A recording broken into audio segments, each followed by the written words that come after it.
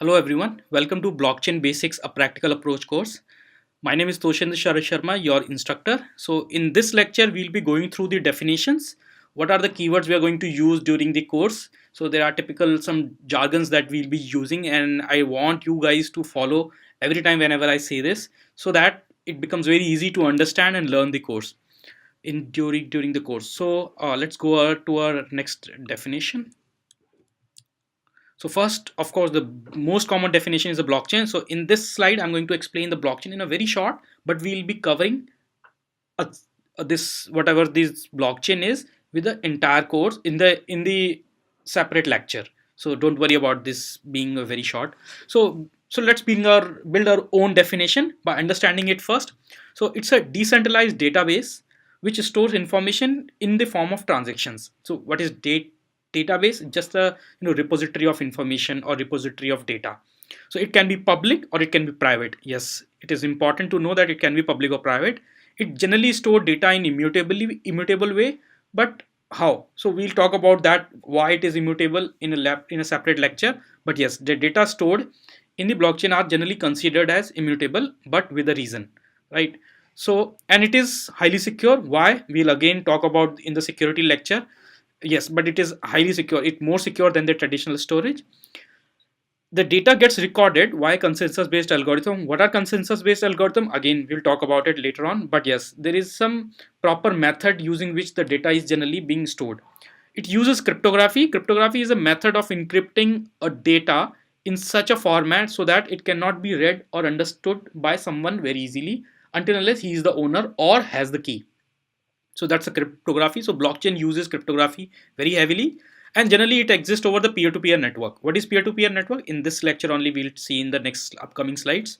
So here is our definition. Blockchain is a consensus based secure decentralized public database which stores information immutably over peer-to-peer network. Some people also call it a public ledger. So public ledger or public database, not the very different thing, but it's quite similar thing.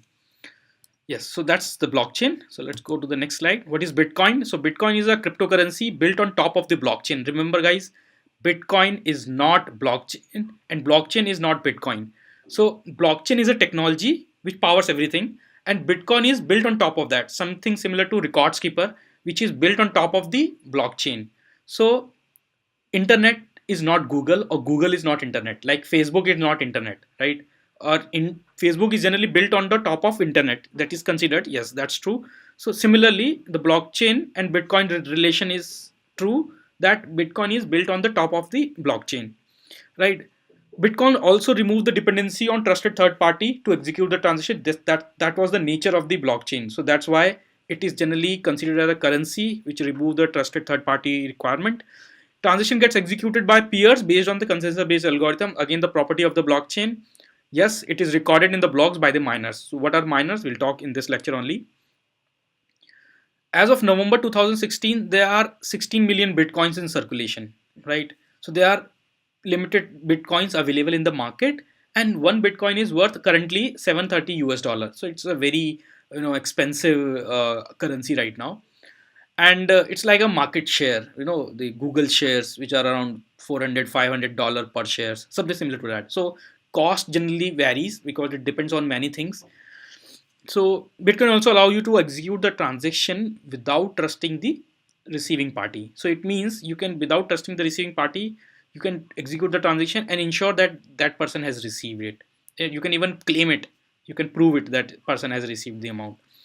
And yes, even the cross-border transaction can be executed in seconds, unlike days. So here's the definition. Our definition: Bitcoin is a decentralized virtual cryptocurrency built on top of the blockchain. Very simple. What is mining? So of course, earning the Bitcoin difficult. So there are many ways to earn a virtual currency, any virtual currency, not just Bitcoin. There are multiple virtual currency actually. So simplest way is to buy the virtual currency like Bitcoin using the fiat currency. Fiat currency is like government legal tenders, actual legal currency, through some exchange. There are many exchange in US and other part of the world where you can actually buy the Bitcoins. Another ways to get the Bitcoins are to earn it, or any virtual currency is to earn it through mining by investing your computational power into the blockchain or into the entire network, right? So what will miners do if they actually mine the particular virtual currency? Let's talk about Bitcoin, right? So what they exactly do? So the answer is that they are asked to solve a very complex computational problem to identify that that new block is in the blockchain. You know, not exactly the new block. That I think I lost the line.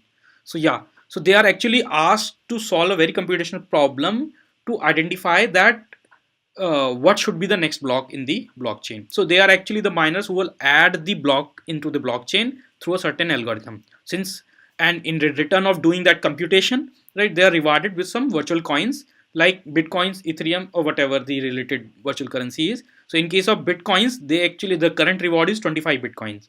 So once you mine one block into the blockchain, right, you will be rewarded with the 25 Bitcoins. So ultimately, what exactly they do means, okay, computational power understood, but what is in that computational power? What they actually perform? So the idea is, they identify a particular random number through which they can create the digest or the signature of the next block in such a way that that new digest is less than the most recent block's digest, which is very difficult to identify. They have to do whether so many hit and again, and the 100% of the CPU gets utilized in that process.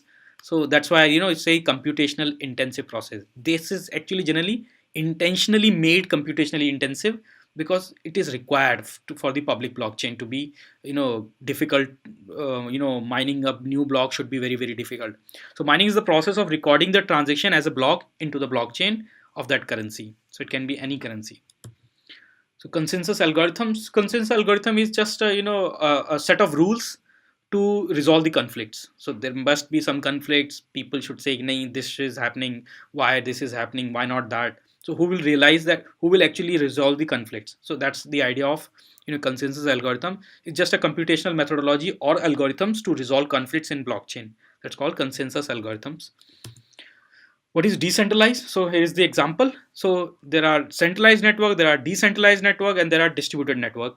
So we are not talking about distributed network, we are talking about decentralized. So blocks are the nodes are connected in such a way that they form a cluster of centralized network, but it is not actually completely centralized. And the next is peer-to-peer. What is the next system of peer-to-peer or the server-based? So simple. In the peer-to-peer network, systems are connected to each other in some way, right? Directly or indirectly. In server-based, every server, or sorry, the every client is connected to the server, and that's it. Clients do not interact with each other. That's called centralized, system or the server-based system, which is the most common. The internet, whenever you serve a website, is a internet-based system, or it's called a server-based system. That's it. So that's for this lecture. If you have any question or query, please ask. Thank you.